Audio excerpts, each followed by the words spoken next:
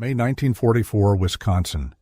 The air inside the Camp Beaver Dam mess hall was thick with the smell of boiled cabbage and soap powder. Steam rolled off tin trays, and the hum of the ceiling fans mixed with the metallic clatter of ladles. Private Harold Simmons, 26 years old, stood at the serving line in his rolled-up sleeves. He had worked kitchens long before the Army, a diner cook from Peoria who believed every man deserved a warm meal served with decency. That morning, his belief was about to collide with Army order. Across the compound, German prisoners filed in under guard. They were quiet, sunburned men in worn gray uniforms marked with black PW. Behind them, a line of American truck drivers waited for their rations, boots caked with mud. By routine, U.S. soldiers ate first, then the POWs. That rule wasn't written on any poster, but everyone knew it. Order depended on it. Simmons gripped his ladle and stared at the tray stacks. The German line had arrived earlier than usual. The U.S. detail was still waiting on transport orders. The kitchen supervisor barked, "Hold 'em back till our boys eat." Simmons nodded, then hesitated. He looked at the Germans, faces thin, eyes hollow, two of them coughing into their sleeves. He'd seen that cough before, during last winter's influenza wave that nearly swept the camp. He lifted a ladle of beans, then, against orders, motioned the first German forward. Metal hit metal. The sound carried like a dropped hammer. A hush swept the room. The Americans in line froze.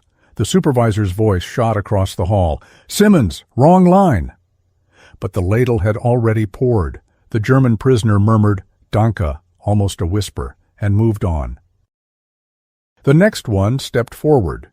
The U.S. sergeant overseeing the meal stared hard, his jaw clenched. Simmons' hand trembled as he filled another tray. His fellow cooks, Dunn and Morales, looked away, unwilling to intervene. By the third tray, the supervisor marched up, slamming his clipboard on the counter. "You want to start a riot?" he hissed. But nothing happened, not that day. The U.S. men grumbled, cursed under their breath, but the meal line stayed steady. Still, a line had been crossed, and everyone knew it. That night, the story moved through the barracks. The cook fed the krauts first. In the guard towers, it turned into a joke. In the officers' quarters, a concern. By lights out, Simmons was called to the mess chief's office. The chief, a thick-necked warrant officer named Langley, kept his tone even. "You were out of line, son," he said. "You keep that up, and next thing, our own boys'll think discipline's optional." Simmons replied quietly, "Sir, they're men. Hungry, same as us." Langley stared a long moment. "This isn't about men, it's about order." The conversation ended with a warning slip and a cold stare. Outside, the floodlights hummed. Simmons stood alone under them, uncertain whether he'd done something brave or stupid. Over the next weeks, subtle changes rippled through the camp. Word reached the POW barracks that an American cook had served them first. The Germans began lining up neater, saluting the guards at the gate without prompt. Inside the kitchen, tension simmered. Dunn muttered that Simmons was making the rest of us look soft. Morales avoided him altogether. A corporal dropped by each morning to check trays, a quiet form of surveillance. By mid-June, the kitchen had split into two camps. One side whispered that Simmons was risking everyone's safety. The other side, younger draftees mostly, said maybe he had a point, that feeding prisoners fair might calm them down. The mess hall had become its own front line. One afternoon, as thunder built over the Wisconsin plains, a German work detail in the fields halted early, refusing to move until they received water. The guards hesitated. Then one prisoner pointed toward the mess hall and said, in broken English, "The cook, he fair man." That evening, Langley called Simmons again. "You see what you started?" he said. "Now they think you're their advocate." Simmons replied, "If that keeps 'em calm, sir, maybe that's worth it." Langley's reply was colder than the rain outside. Worth it until someone decides to test that calm. 2 days later, the test came. It began with a missing bread crate. Each morning, the kitchen received supplies from the depot: flour, beans, canned goods, and loaves of day-old bread baked in town. One crate vanished overnight from the storage shed behind the mess hall. Langley blamed the German work crew that unloaded deliveries. The guards wanted to search their barracks immediately. Simmons argued, "Maybe it was misplaced. We've had rats back there for weeks." But the order went through. The Germans were lined up, their bunks tossed, their faces red with humiliation. That afternoon, one of the guards found the crate behind the U.S. motor pool, chewed open by raccoons. The bread was ruined. Langley didn't apologize. He just muttered, "Still doesn't change who's supposed to eat first." Simmons said nothing, but inside something hardened. The following week, the camp heat turned brutal. The metal roof of the mess hall shimmered, and flies gathered over the drains. Tempers ran thin. Simmons noticed the German line moving slower, men limping, some barely holding trays. One collapsed in front of the serving line, heat stroke. The guard yelled for him to get up. Simmons jumped the counter, helped the man to a bench, poured water into his mouth. The guard barked, "That's not your job, Private." Simmons snapped back, "Neither is watching him die." The room fell silent again. Every sound, the fan blades, the tin trays, froze in that instant. The German's chest heaved, water dripped down his chin. Then he muttered, "Danke." The guard stormed out. Simmons felt the eyes on him, American, German, all watching the same forbidden act. That evening, Langley called a formal meeting in the kitchen. He spoke while pacing, his boots loud on the linoleum. "This is not a church, this is a post. You're confusing mercy with weakness." Simmons stood straight. "With respect, sir, we're supposed to keep order. Starving or shaming men doesn't do that." Langley's hand slammed the counter. "You are not in command here." The room's lights flickered. Dunn and Morales stared at the floor. The meeting ended with a written reprimand and an unofficial freeze-out from the other cooks. Days turned to weeks. The German prisoners began to nod at Simmons during work shifts, a gesture both humble and dangerous. The guards noticed. Rumors spread. The cooks playing favorites. The sergeant of the watch had him reassigned to night shift as punishment, but Simmons didn't complain. Night shifts meant fewer eyes, fewer orders to defy.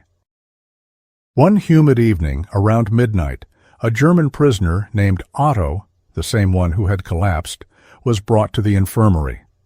Appendicitis, the doctor said. But the German medical orderly had been sent back to another camp, and the army surgeon was away. Langley ordered Otto to be isolated till morning. "We'll deal with him when the doc returns," he said flatly. Simmons overheard it from the kitchen window and made a choice that would push his defiance farther than ever. He filled a kettle with hot water, grabbed clean towels, and slipped into the infirmary. The medic on duty, a tired corporal named Harris, looked up and said, "You're not supposed to be here." Simmons answered, "Neither's he." Harris sighed. "You get caught, it's on you." They worked quietly, Simmons holding the flashlight, Harris cleaning the wound. By dawn, the crisis had passed. Otto would live, but someone had seen them. The next morning, Langley confronted Simmons outside the kitchen, voice low but sharp as wire. "You think you're some saint? You're just another soft heart making my job harder." Simmons didn't argue. He knew words wouldn't shift Langley. But that night, when the German prisoners filed into the mess hall, they stood straighter, quieter. No guard had to shout. Even Langley noticed. Still, the resentment inside the kitchen boiled. Dunn, once his friend, muttered that Simmons was trying to be a hero. Morales stopped sharing jokes. One evening, as Simmons entered the kitchen, he found the stove left unlit, the pots unwashed, flour dumped over his prep station, silent punishment from his own crew. He cleaned it without a word. By July's end, the camp's uneasy calm began to fracture. A rumor spread that some Germans planned a hunger protest, not against treatment, but to defend the cook who'd shown them fairness. The guards thought it was mockery, a trick. Langley ordered tighter watch, stricter portions. The fragile piece Simmons had built was bending under its own weight. That night, thunder rolled again over Beaver Dam, and Simmons lay awake in the barracks, listening to the distant hum of the generator, wondering if his small act of decency had become the seed of something dangerous. The next morning, the mess hall felt different. The usual chatter was gone. The German line stood motionless, trays in hand, but refusing to move. Simmons froze behind the counter. Dunn whispered, "They're staging it. I told you this would happen." Langley burst through the doorway, his voice filling the room. "Get them moving!" No one did. The guards shifted uneasily, rifles clutched tight, but not raised. The air buzzed with tension, too quiet, too brittle. Simmons looked at the front of the line. Otto, pale and still weak from surgery, stood first.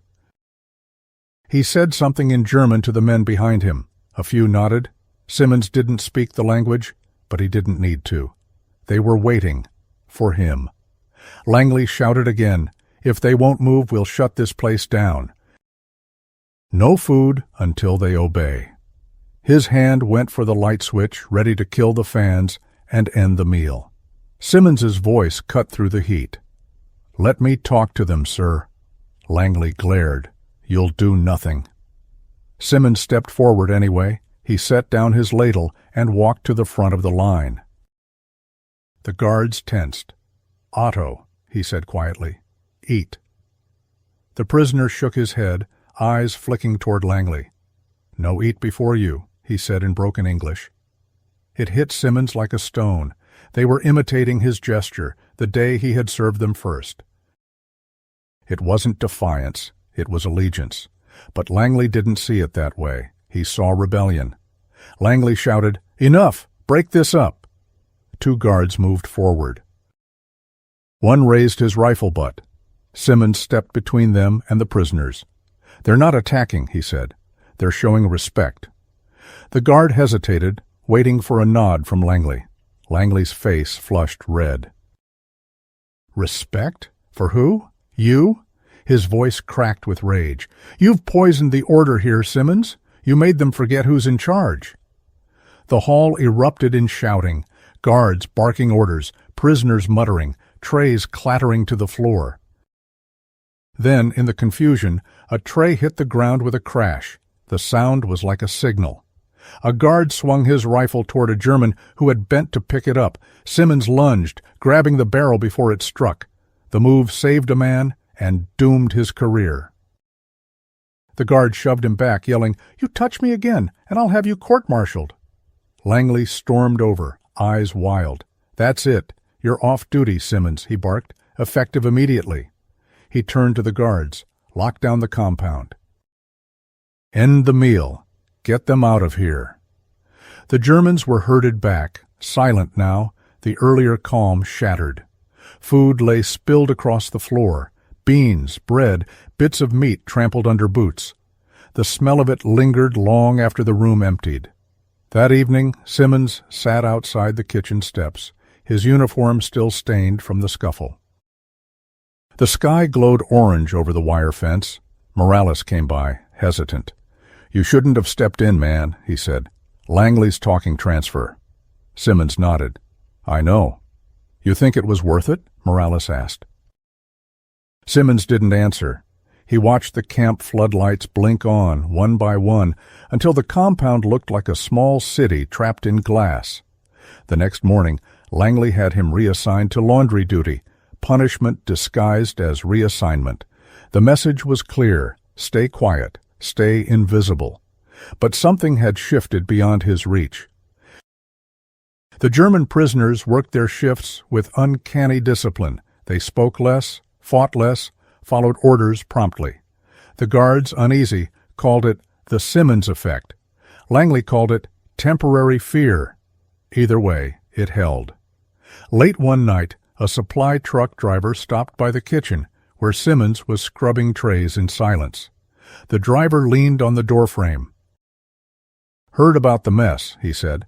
"Funny thing, though, my cousin's stationed up north. Says their POWs got wind of a cook down here who treats 'em decent. They're calmer up there now, too." He shrugged. "Guess word travels." Simmons didn't respond, but a small, quiet relief passed through him. Maybe the act hadn't been wasted after all. Still, consequences were coming. A week later, he was summoned to the command office. The major overseeing the camp, not Langley, wanted to review disciplinary issues. The major was older, tired-looking, with eyes that had seen too many reports of unrest. He listened as Langley presented his complaint: insubordination, fraternization, interference with guard authority. When he finished, the major leaned back. "Private Simmons," he said, "you've stirred a hornet's nest. But the only sting I see is pride." Langley stiffened. "Sir, we can't afford—" The major cut him off. "We can't afford chaos. And from what I see, the camp's calmer than it's been in months." He turned to Simmons. "You're not a hero. Don't try to be. But keep the men fed and keep them quiet. That's your job." Simmons nodded. It wasn't forgiveness, but it was a stay of execution. As he left the office, Langley's glare followed him like a shadow. That night, the mess hall was quiet again. Simmons picked up his ladle, washed it carefully, and set it in its place. He didn't serve anyone first or last. He just served, steady, silent, measured. The storm had passed, but the air still carried the echo of that one choice, the one that had changed the rhythm of the camp. By late August 1944, the corn around Camp Beaver Dam had grown high and yellow, and the heat pressed down like a lid. The war in Europe was turning. Rumors said the Allies were pushing deeper into France. For the men inside the camp, the war felt far away and right next door all at once. The radio in the mess played bulletins over breakfast: Omaha, Caen, Normandy, and then the same old swing tunes to fill the silence. The prisoners listened too. Some smiled faintly when the German names were read, others stared at the floor. Simmons just kept stirring the pot, measuring coffee grounds, counting loaves. Since the incident, Langley had kept his distance. Orders came through Morales now. Simmons spoke little, worked more, and carried on his quiet routine. He noticed how things had changed in small ways. Guards no longer barked as loud, prisoners lined up straighter. The morning roll calls ended without tension. Nobody thanked him, but the change was visible, tangible, like a still lake after a storm. That was enough. Then, one afternoon, the stillness broke. A guard burst into the kitchen, shouting that a German prisoner was missing. A work detail had returned from the lumber shed 1 man short. Panic spread fast. Sirens wailed. Langley appeared, red-faced, demanding answers. "Who spoke to them last?" he barked. Someone said the mess crew had been the final stop before work detail. Langley's eyes locked on Simmons. "Of course," he muttered. "Of course it's your line." They searched the grounds until nightfall. Dogs, spotlights, shouts echoing over the fences. The escapee's name was Franz Kepler, a 20-year-old captured in Italy. No one knew if he'd slipped through the fence or hidden in the cornfields. By midnight, the search detail dragged him back, exhausted, muddy, trembling. He hadn't run far, just tried to reach the fence where, he said, the cook would see him. In his pocket, they found a folded scrap of paper. It was one of the old ration lists, the kind Simmons had typed weeks ago. On the back, in pencil, were a few German words: Danke für die Menschlichkeit. Thank you for humanity. Langley held it up in the mess hall the next morning like a weapon. "This," he said, "is what happens when a man forgets which side he's on." The staff stared at the floor. Simmons stood still, hands behind his back. "Sir," he said evenly, "I never gave him that note." Langley stepped closer, voice low. "Doesn't matter. You gave him the idea." For a moment, Simmons thought it might end right there. Transfer, charges, maybe worse. But the major intervened again. "We'll keep discipline," he said quietly, "without scapegoats." The escape attempt went into the logbook, another incident in a long war no one wanted to prolong. Still, the weight of it hung over the camp like smoke. Simmons kept working, but each act of service now carried a question. Was his mercy making things better, or just loosening the seams? Weeks passed. Autumn came. The POWs began helping with harvest, guarded but trusted enough to handle machinery. Sometimes, as trucks rolled back into camp, Simmons watched them unload corn or potatoes and thought of the long road that had brought those men here, from battlefields across an ocean to a quiet Wisconsin farm road behind barbed wire. He wondered if they thought about home the same way he did, something you remember most when you're told to forget it. One cold evening, Morales approached him as he was locking the pantry. "Langley's being transferred east," he said. "Some new officers taking over. Maybe things cool down." Simmons nodded. Morales hesitated. "For what it's worth," he added, "I didn't like what you did, but it changed things. Fights stopped. Guards sleep easier." "Guess that counts?" Then he walked out into the dark. Winter came early that year. Snow blew through cracks in the barracks roofs, and frost painted the mess hall windows white. The prisoners began singing softly at night, low hymns, slow and distant. Simmons kept to his rhythm, up before dawn, boiling coffee, counting trays. He noticed Langley's empty office light stayed off now. The tension that had lived there had finally burned itself out. One morning in December, a mail truck arrived with Red Cross packages for the POWs and a letter for Simmons. The envelope was thin, marked Army Command, Fort Sheridan. He unfolded it slowly. It wasn't a reprimand. It was a commendation, phrased carefully, bureaucratically, but unmistakable, for maintaining exemplary order under difficult circumstances. No mention of compassion, no mention of risk, just order. He read it twice and smiled faintly. It was, he figured, the Army's way of saying thank you without admitting why. That night, he stood in the empty hall after lights out. The ovens clicked, the wind moaned through the vents, and the room smelled faintly of flour and ash. He turned the ladle in his hands, polished smooth now from months of use. He set it down on the counter where the first German tray had once clattered and looked around at the quiet he had helped build. Fragile, uneasy, but real. Outside, the floodlights buzzed as snow drifted past them like dust. The world was at war, but inside Camp Beaver Dam, for that brief winter, a small corner of it had learned to breathe again.